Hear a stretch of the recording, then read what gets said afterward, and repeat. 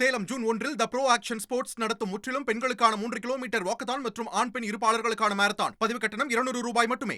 சென்னை, திருவள்ளூர், செங்கல்பட்டு உள்ளிட்ட 14 மாவட்டங்களில் அடுத்த 3 மணி நேரத்திற்கு இடியுடன் மிதமான மழைக்கு வாய்ப்பு என வானிலை ஆய்வு மையம் தெரிவித்துள்ளது. இது தொடர்பாக வரைகலை விவரங்களுடன் இணைகிறார் செய்தியாளர் கார்கி. அடுத்த ஒரு 3 மணி நேரத்திற்கு சென்னையில் தொடங்கி வட மாவட்டங்கள், உள் மாவட்டங்களில் மழை இருக்கிறது. எந்தெந்த மாவட்டங்கள்? வேலூர், ராணிப்பேட்டை, திருவண்ணாமலை, திருப்பத்தூர், கிருஷ்ணகிரி, தருமபுரி, சேலம், செங்கல்பட்டு, காஞ்சிபுரம், கள்ளக்குறிச்சி, விழுப்புரம், கடலூர், திருவள்ளூர், சென்னை மற்றும் புதுவை போன்ற பகுதிகளில் மழை காணப்படும் அப்படின்றாங்க. அதற்காக வானிலையும் தயாராகி இருக்கிறது. இப்போது நாம் பார்க்கக்கூடியது சேட்டலைட் எடுக்கப்பட்டிருக்கக்கூடிய நிகழ்நேரத்தில் எடுக்கப்பட்டிருக்கக்கூடிய காட்சி. சரி, இங்கே ஒட்டுமொத்தமாக ஒரு மேகக்கூட்டம் இப்போ உருவாகி இருக்கிறது. எப்போ?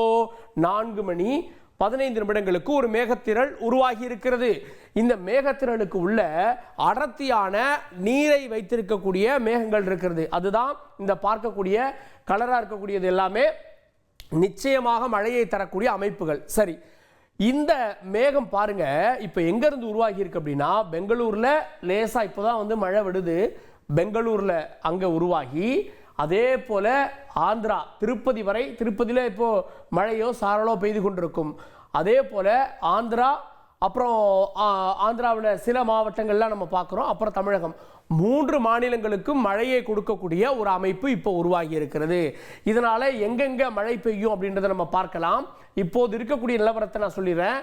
தற்போது அரக்கோணம் பகுதி, திருத்தணி, திருமால்பூர், காஞ்சிபுரம், ஆற்காடு, ஆரணி, சேத்துப்பட்டு, திருவண்ணாமலை, அதே போல வந்தவாசி, உத்திரமேரூர் போன்ற இடங்களில் இப்போது மழை பெய்யும்.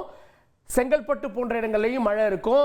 தாம்பரம், சென்னை போன்ற இடங்கள்லையும் மழை இருக்கும். இது இப்போதைய நிலவரம். இது நேரம் ஆக என்ன ஆகும் அப்படின்னா, இந்த மேகங்கள் அப்படியே கொஞ்சம் கொஞ்சமாக நகரத் தொடங்கும். இது நகர்கின்ற போது இங்கிருந்து ஒட்டுமொத்தமாக, அதாவது வட மத்திய மாவட்டங்களில் தொடங்கி, இங்கே பாருங்க, இங்கே தொடங்கி கடலோர மாவட்டங்கள் வரை மழை பெய்யும்.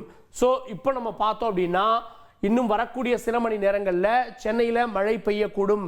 கிருஷ்ணகிரியில் ஆரம்பித்து இங்கே பார்த்தீங்கன்னா தருமபுரி எண்டில் ஆரம்பித்து Salem to the end, Salem ஆத்தூரில் தொடங்கி இந்த எல்லா மாவட்டங்களிலும் மழை காணப்பட போகிறது. ஸோ இந்த பகுதிகளில் ஒரு நல்ல ஒரு மழையை நம்ம எதிர்பார்க்கலாம். அதே நேரத்தில் தமிழகத்தில் இங்கே மேற்கு தொடர்ச்சி மலையை ஒட்டி இருக்கக்கூடிய பகுதிகளில் எப்பயுமே இருக்கக்கூடியதான்.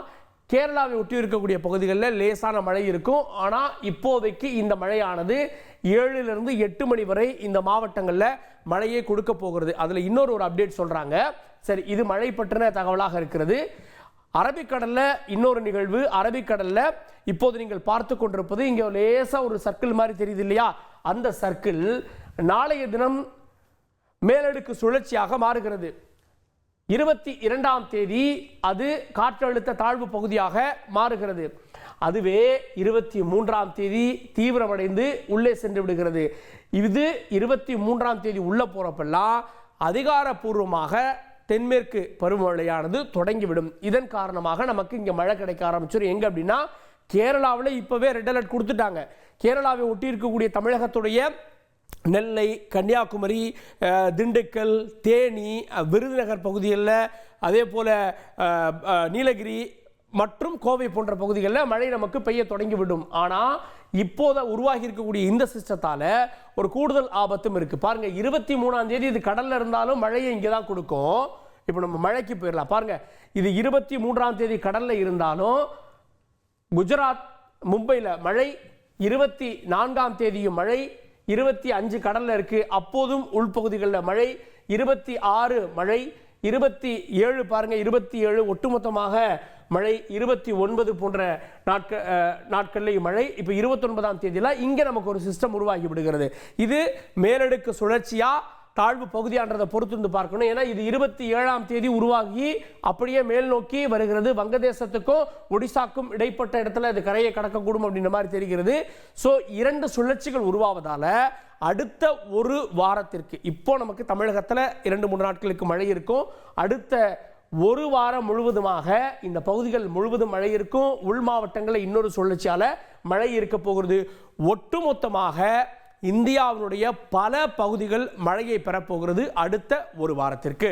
சேலம் ஜூன் 1 த ப்ரோ ஆக்ஷன் ஸ்போர்ட்ஸ் நடத்தும் முற்றிலும் பெண்களுக்கான 3 கிலோமீட்டர் வாக்கத்தான் மற்றும் ஆண் பெண் இருப்பாளர்களுக்கான மாரத்தான். பதிவு கட்டணம் 200 ரூபாய் மட்டுமே.